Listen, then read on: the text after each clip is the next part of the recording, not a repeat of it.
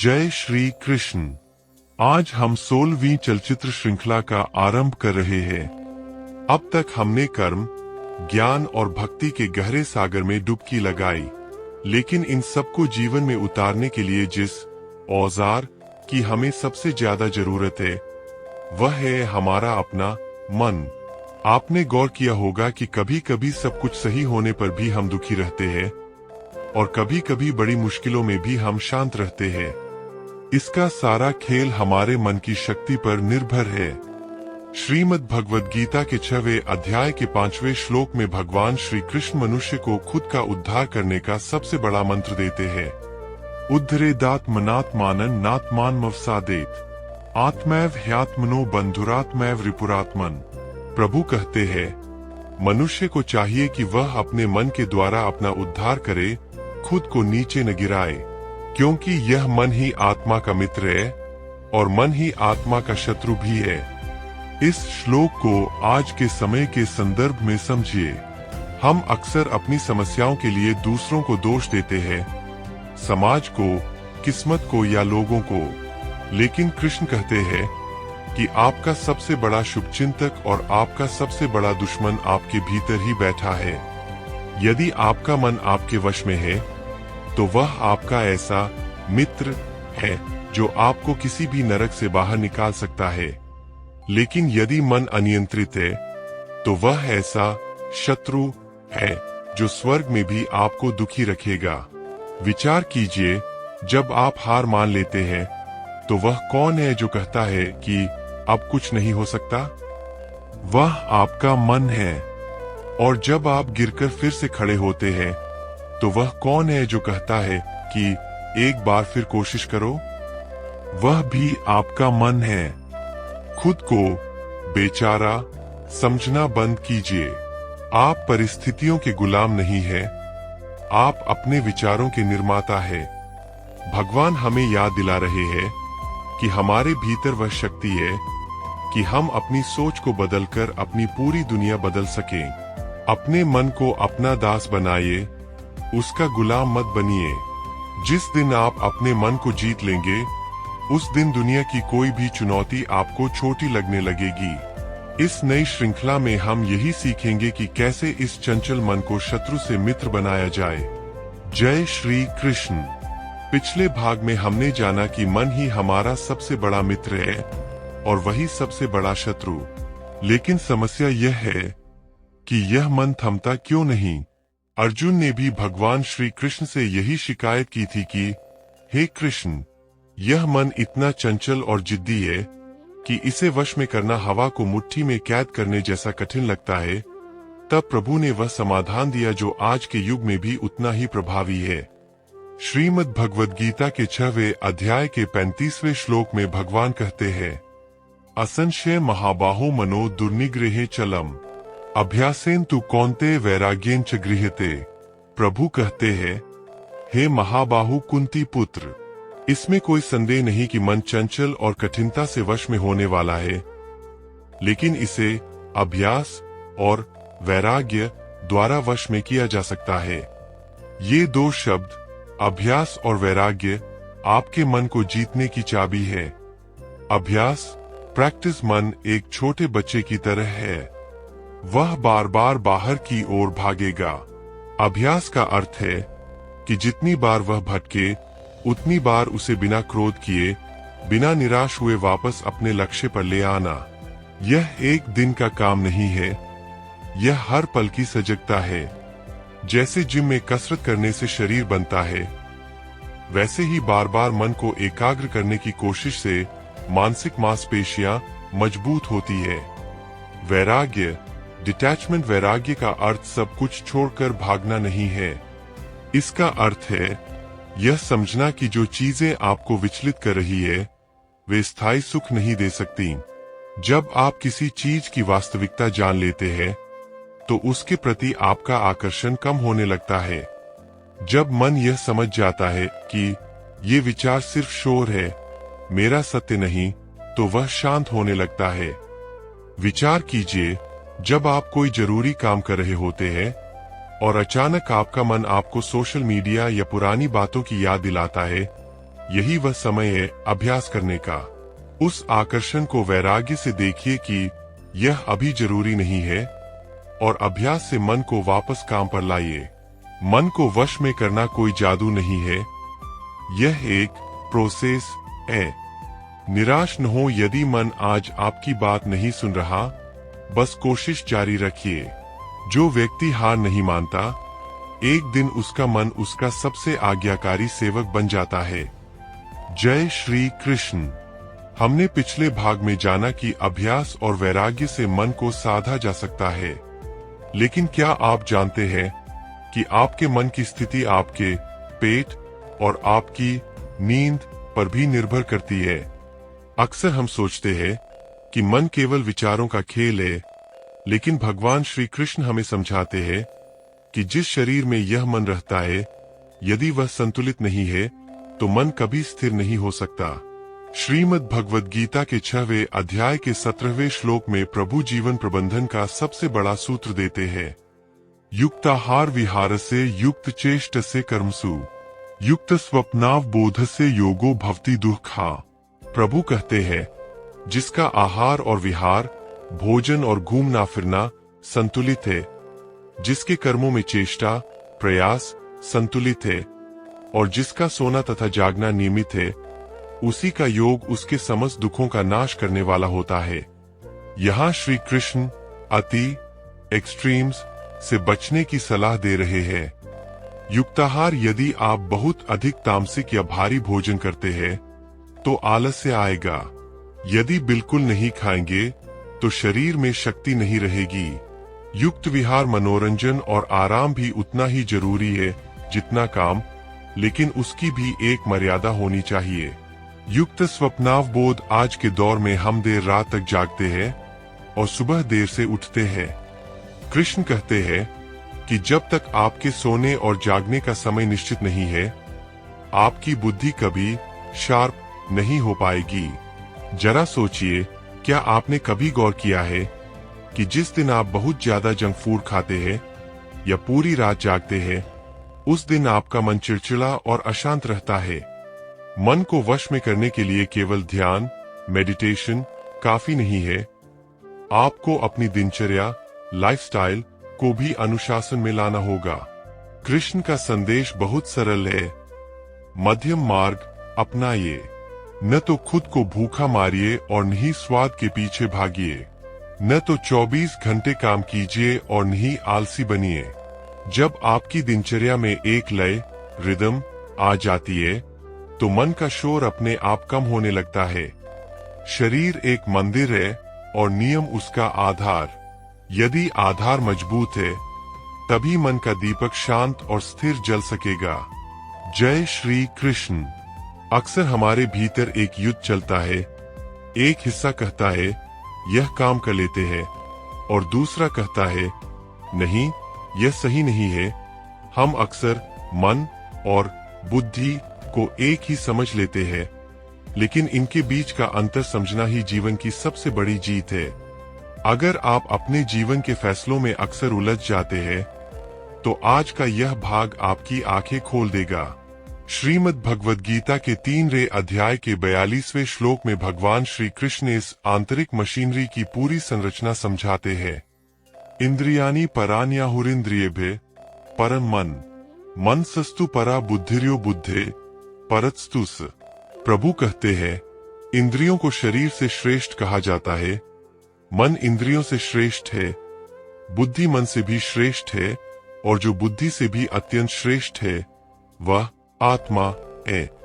इसे एक बहुत ही सुंदर उदाहरण से समझिए। जीवन का रथ, इंद्रिया, सेंसेस, ये वे 5 घोड़े हैं जो बाहर की दुनिया की ओर भागते हैं। मन, माइंड, यह उन घोड़ों की लगाम है। मन का स्वभाव है भावनाओं में बहना। उसे जो अच्छा लगता है वह वही करना चाहता है। बुद्धि, इंटेलेक्ट, यह उस रथ का सारथी है। सारथी का काम है यह तय करना कि घोड़े सही दिशा में जा रहे हैं या नहीं। आत्मा, सोल, वह इस रथ का मालिक है जो पीछे बैठा है। समस्या तब शुरू होती है जब सारथी, बुद्धि, सो जाता है और लगाम मन, घोड़ों, इंद्रियों के नियंत्रण में आ जाती है। फिर घोड़े जहां मन करता है वहां भागते हैं और रथ खाई में गिर जाता है। मन कहता है चलो और 10 मिनट सो जाते हैं, मजा आएगा। बुद्धि कहती है नहीं, उठो, अगर देर हुई तो पूरा दिन खराब हो जाएगा। असली सफलता तब मिलती है जब आप अपनी बुद्धि को जगाते हैं। मन केवल सुख ढूंढता है, लेकिन बुद्धि हित ढूंढती है। बुद्धि वह शक्ति है जो भावनाओं के शोर के बावजूद यह देख सकती है कि भविष्य के लिए क्या सही है। आज से जब भी आपके मन में कोई इच्छा उठे तो तुरंत उसे पूरा करने के बजाय अपनी बुद्धि से पूछिए, क्या यह मेरे लक्ष्य की ओर ले जा रहा है? जिस दिन आप मन के मजे के बजाय बुद्धि के तर्क को सुनना शुरू कर देंगे, उस दिन से आपके जीवन के गलत फैसले अपने आप कम हो जाएंगे। आप अपने रथ के मालिक बनिए, मन के गुलाम नहीं। बुद्धि को सारथी बनाकर मन की लगाम थामनी चाहिए। लेकिन कई बार ऐसा होता है कि बुद्धि को पता होता है कि क्या सही है, फिर भी हम गलत रास्ता चुन लेते हैं। ऐसा क्यों? क्योंकि हमारे भीतर एक ऐसा दुश्मन बैठा है जो हमारी बुद्धि पर पर्दा डाल देता है।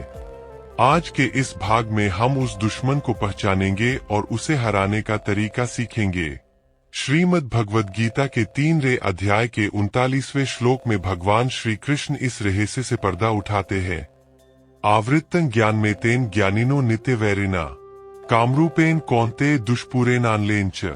प्रभु कहते हैं, हे कुंती पुत्र, मनुष्य का विवेक ज्ञान इस काम, इच्छा या वासना रूपी नित्य वैरी द्वारा ढका हुआ है, जो कभी न तृप्त होने वाली अग्नि के समान है।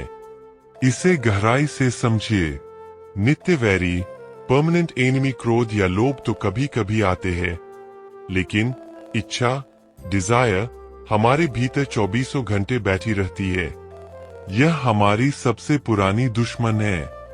दुष्पूरेन अनलेन इनसेशिएबल फायर इच्छा एक ऐसी आग है जिसमें आप जितना घी यानी भोग की वस्तुएं डालेंगे वह उतनी ही और भड़केगी। हम सोचते हैं कि एक बार यह मिल जाए तो मैं शांत हो जाऊंगा, लेकिन एक इच्छा पूरी होते ही 10 नई इच्छाएं खड़ी हो जाती है। जब कोई इच्छा हमारे मन पर हावी होती है तो वह सबसे पहले हमारी बुद्धि को बंधक बना लेती है। जैसे धुएं से आग ढक जाती है या धूल से आईना धुंधला हो जाता है, वैसे ही इच्छाओं के कारण हमें सही और गलत का अंतर दिखना बंद हो जाता है। फिर वही सारथी बुद्धि जो हमें सही रास्ते पर ले जाने वाला था, गलत काम के पक्ष में तर्क जस्टिफिकेशन देने लगता है। आज का व्यावहारिक सूत्र, अपनी हर इच्छा के गुलाम मत बनिए। जब भी मन में कोई तीव्र इच्छा उठे तो उसे फौरन पूरा करने के बजाय उसे एक दर्शक की तरह देखिए। खुद से पूछिए, क्या यह मेरी जरूरत है या सिर्फ एक अंतहीन आग की एक और चिंगारी? इच्छा को दबाना नहीं है, उसे दिशा देनी है। अपनी ऊर्जा को छोटी छोटी सांसारिक इच्छाओं में फूंकने के बजाय उसे अपने महान लक्ष्य की प्राप्ति में लगाइए। याद रखिए, जो आग घर जला सकती है वही आग रसोई में भोजन भी पकाती है। चुनाव आपका है कि आप अपनी मानसिक अग्नि का उपयोग विनाश के लिए करेंगे या निर्माण के लिए। जय श्री कृष्ण। पिछले भाग में हमने समझा कि कैसे अनियंत्रित इच्छाएं हमारे विवेक पर धूल जमा देती है। लेकिन क्या होता है जब हमारी कोई इच्छा पूरी नहीं होती? जब कोई हमारे रास्ते में बाधा बनता है, तब जन्म लेता है इंसान का सबसे खतरनाक आवेग, क्रोध, एंगर। क्रोध वह आग है जिसे हम दूसरों पर फेंकने के लिए हाथ में उठाते हैं, लेकिन वह सबसे पहले हमें खुद को ही जलाती है। श्रीमद् भगवद गीता के 2वें अध्याय के 63वें श्लोक में भगवान श्री कृष्ण क्रोध के विनाशकारी चक्र को स्पष्ट करते हैं। अक्रोधात् भवति सम्मोह, सम्मोहात् स्मृति विभ्रम। स्मृति भ्रंशात बुद्धिनाशो बुद्धिनाशात प्रणश्यति। प्रभु यहाँ पतन की पूरी सीधी समझा रहे हैं। एक क्रोध, एंगर जैसे ही क्रोध आता है, मनुष्य के भीतर सम्मोह यानी अत्यंत मूढ़ भाव पैदा होता है। 2 सम्मोह, डिल्यूजन, इस स्थिति में इंसान को सही और गलत का होश नहीं रहता, वह विवेक खो बैठता है। 3 स्मृति विभ्रम, लॉस ऑफ मेमोरी, भ्रमित होने पर उसकी स्मृति यानी सीखे हुए संस्कार और ज्ञान लुप्त हो जाते हैं। वह भूल जाता है कि वह किससे बात कर रहा है और उसके बोलने का परिणाम क्या होगा। 4 बुद्धिनाश, डिस्ट्रक्शन ऑफ इंटेलेक्ट, जब याददाश्त और संस्कार चले जाते हैं तो बुद्धि यानी निर्णय लेने की शक्ति मर जाती है। 5 प्रणश्यति, टोटल डाउनफॉल, और जिसकी बुद्धि मर गई उसका पतन निश्चित है। वह अपना जीवन, अपने रिश्ते और अपना सम्मान सब कुछ खो देता है। विचार कीजिए, क्या आपने कभी गुस्से में कोई ऐसा फैसला लिया है जिसका पछतावा आपको सालों तक रहा हो? क्रोध एक अस्थायी पागलपन है। जब खून उबलता है तो दिमाग ठंडा हो जाता है और उस समय हम वो कह जाते हैं या कर जाते हैं जो हम होश में कभी नहीं करते।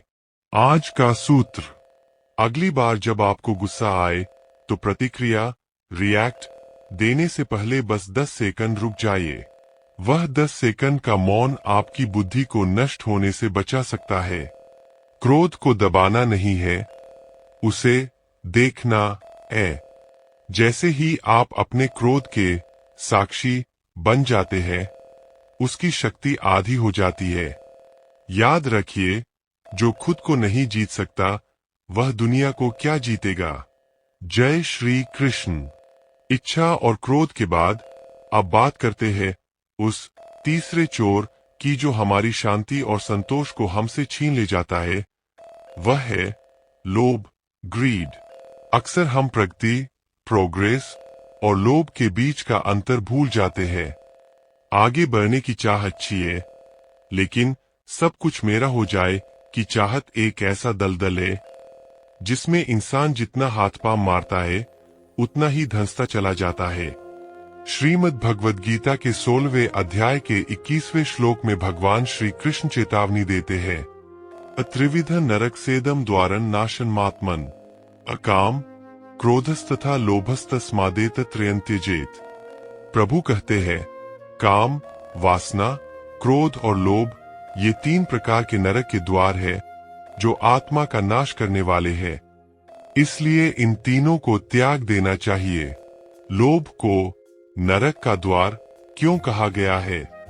इसके कुछ गहरे कारण हैं। असंतोष की आग लोभी व्यक्ति कभी पूर्ण महसूस नहीं करता।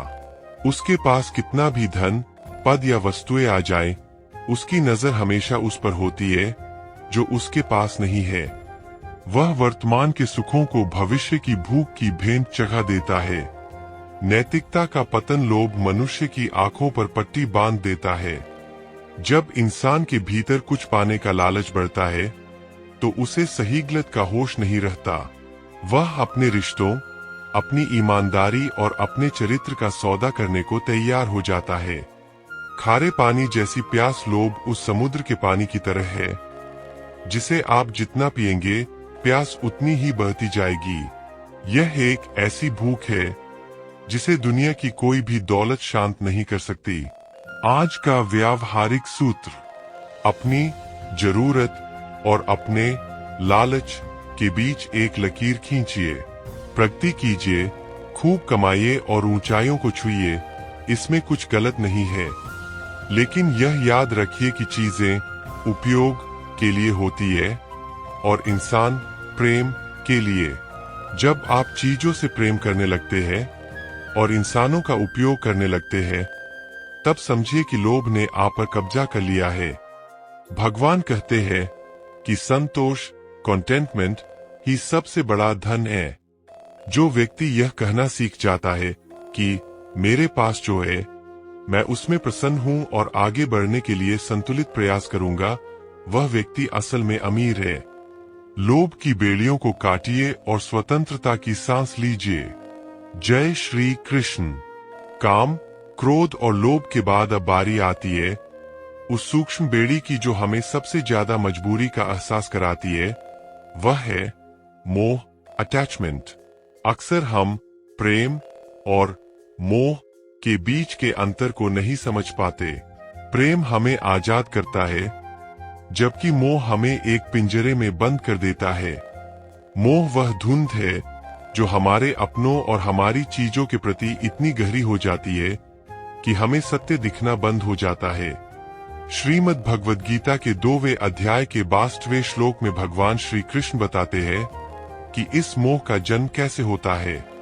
अध्याय तो विषयान पुंस संगस्ते शुभ जायते, संगात संजायते काम, कामात क्रोधो भी जायते।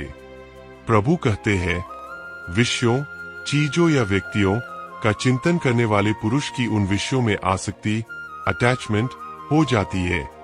आसक्ति से उन चीजों को पाने की इच्छा, काम पैदा होती है और इच्छा में बाधा आने पर क्रोध पैदा होता है। यहाँ श्री कृष्ण उस चेन रिएक्शन को समझा रहे हैं जो एक छोटे से विचार से शुरू होती है। मोह का अर्थ है किसी व्यक्ति या वस्तु के साथ अपनी खुशी को इस तरह जोड़ लेना कि उसके बिना आप खुद को अधूरा महसूस करने लगे। मोह और प्रेम में अंतर। प्रेम कहता है, मैं चाहता हूं कि तुम सुखी रहो।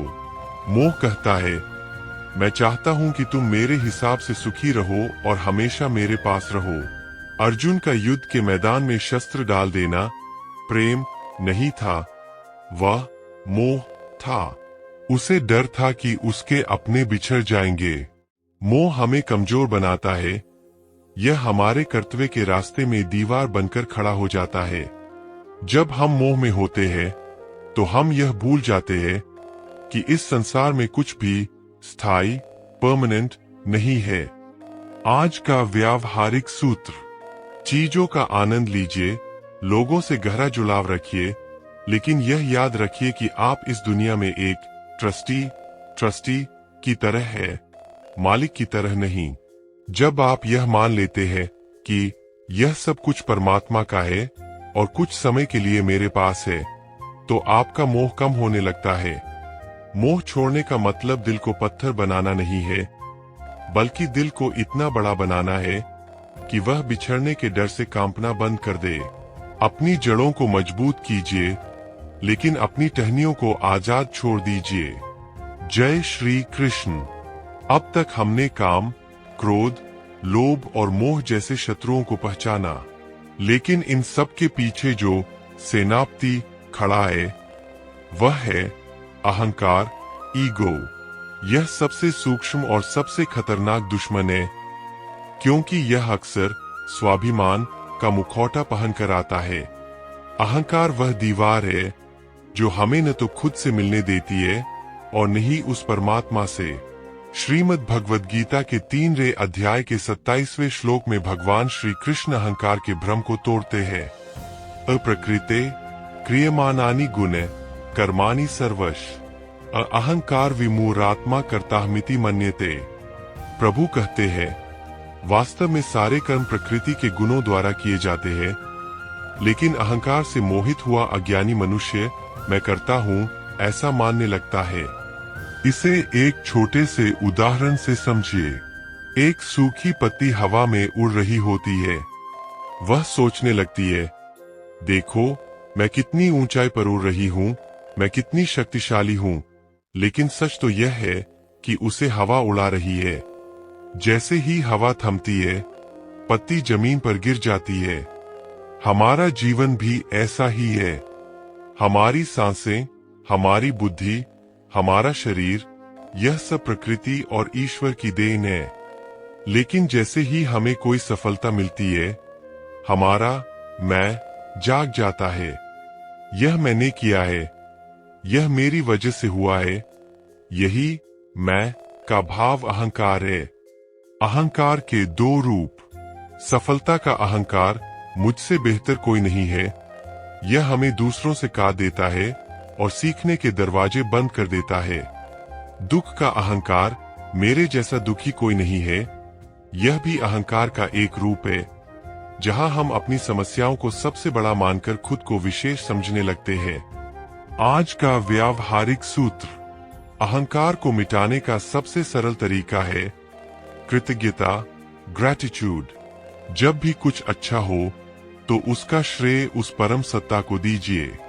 जब आप कर्ता, डूअर बनने के बजाय माध्यम, इंस्ट्रूमेंट बनना सीख जाते हैं तो आपका बोझ कम हो जाता है।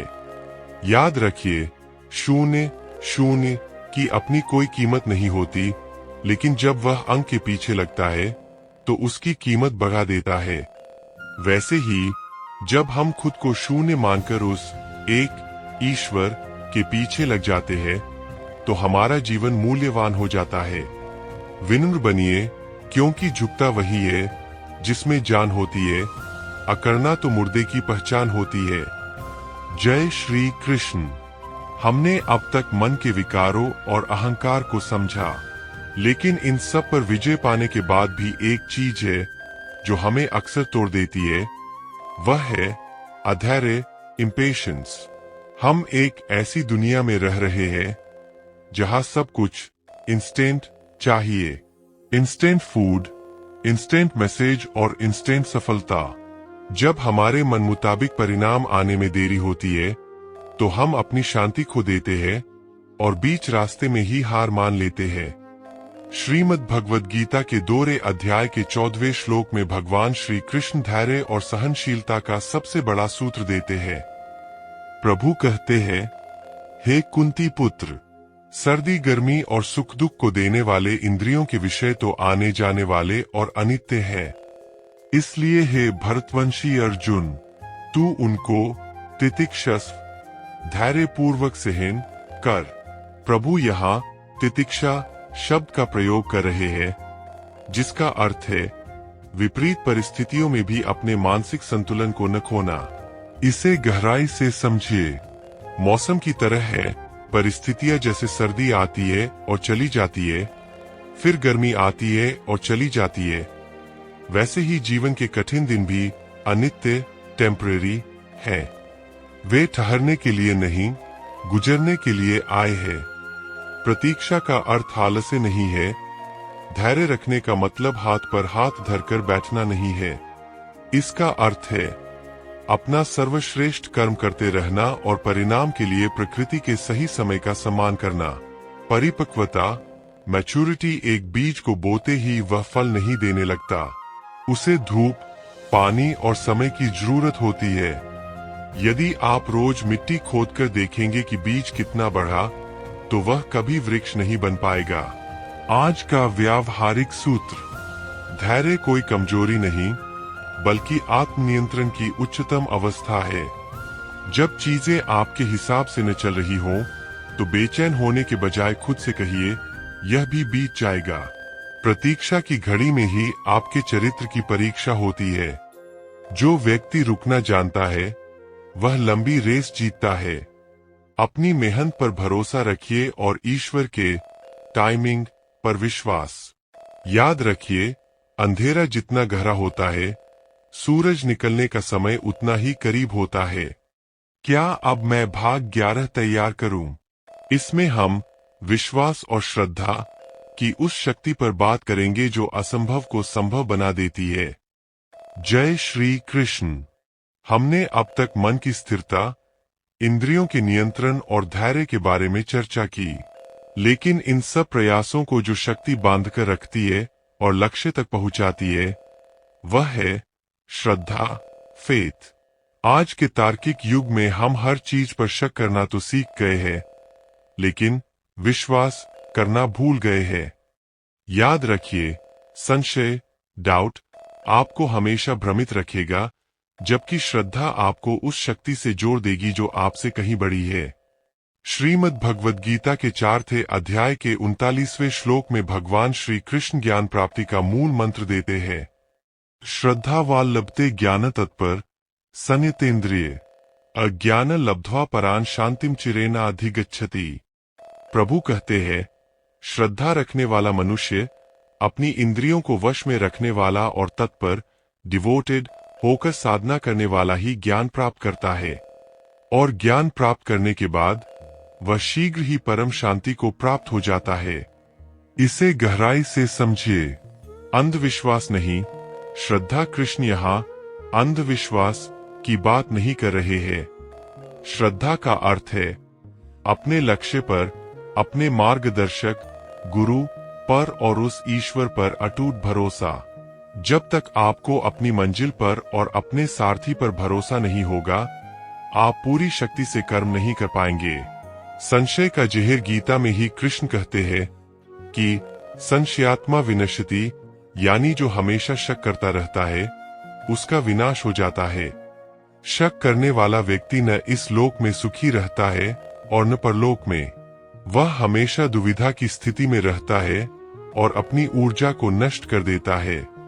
शांति का मार्ग ज्ञान केवल किताबों से नहीं मिलता, वह श्रद्धा से आता है।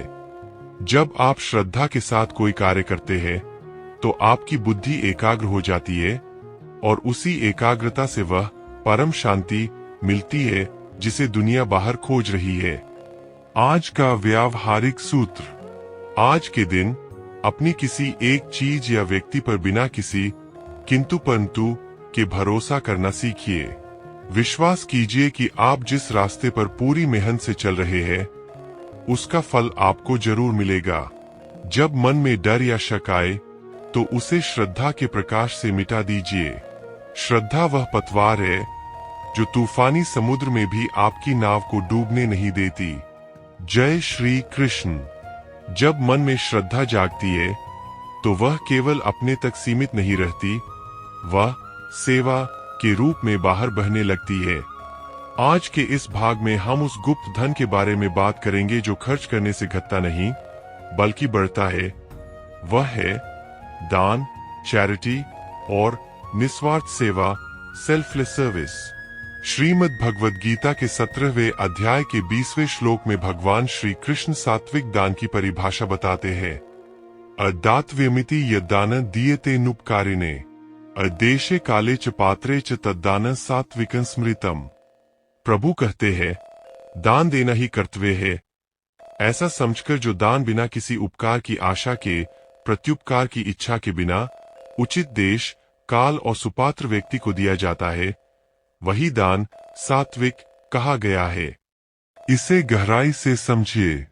बिना अपेक्षा के हम अक्सर सौदा करते हैं, दान नहीं। हम सोचते हैं कि मैंने इसकी मदद की है तो कल यह भी मेरी मदद करेगा या दान देने से मेरा नाम होगा। कृष्ण कहते हैं कि असली दान वह है जो देकर आप भूल जाएं। उचित पात्र और समय, अपनी कमाई का एक हिस्सा या अपने समय का कुछ पल सही जगह पर लगाना जरूरी है।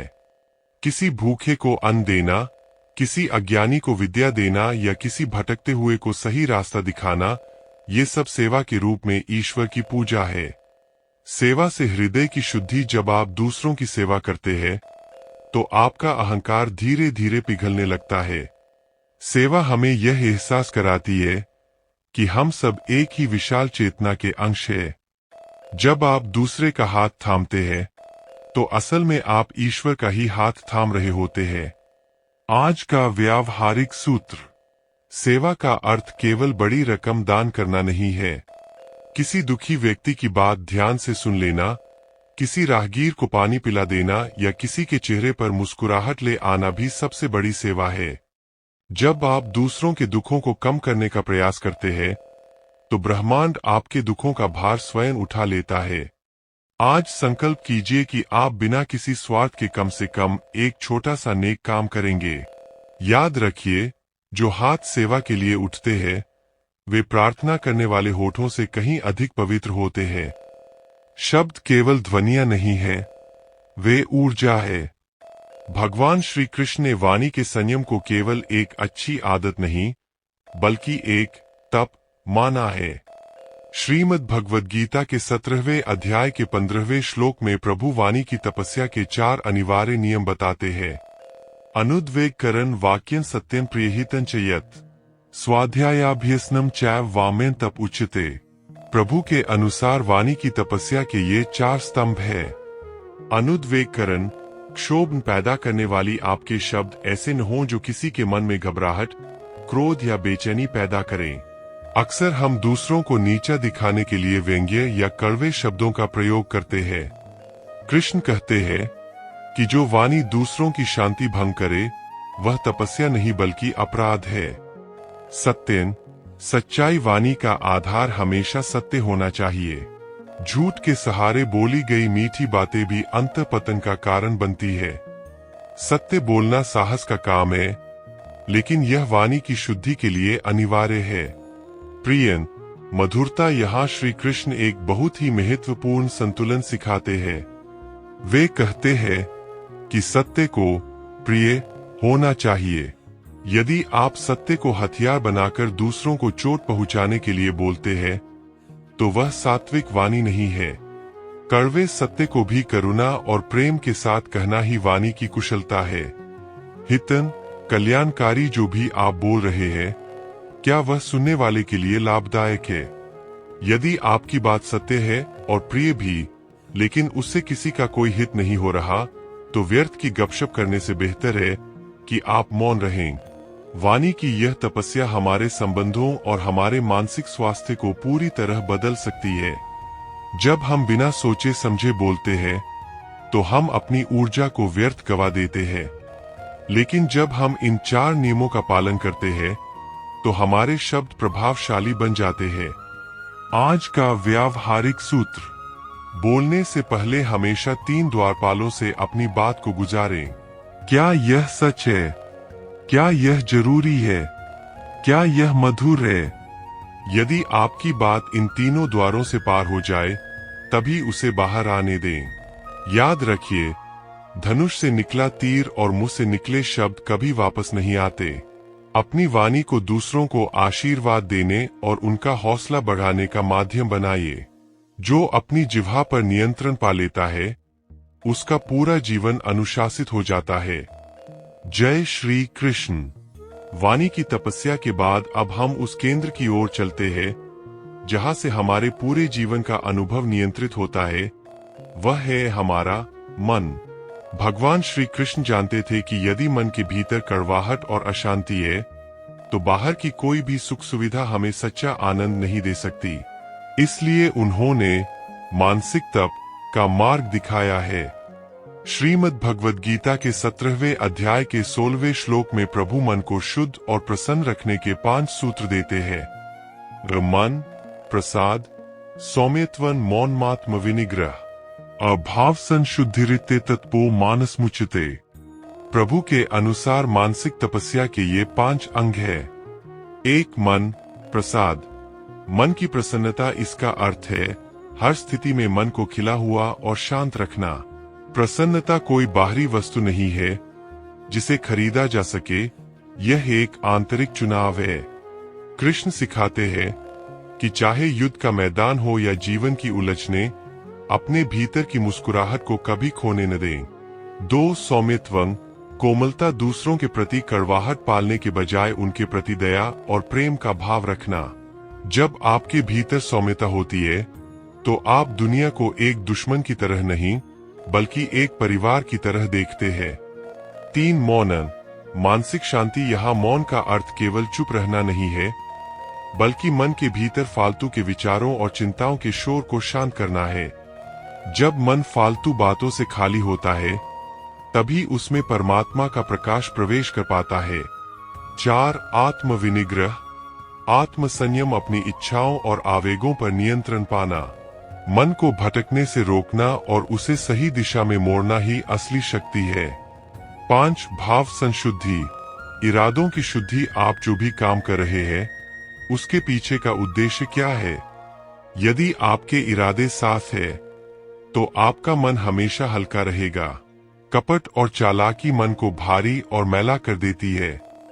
ये 5 गुण मिलकर हमारे व्यक्तित्व को दिव्य बनाते हैं। जब हम इन पर काम करते हैं तो हमारे चेहरे पर एक अनूठा तेज आ जाता है जो किसी भी बनावटी श्रृंगार से कहीं बड़ा है।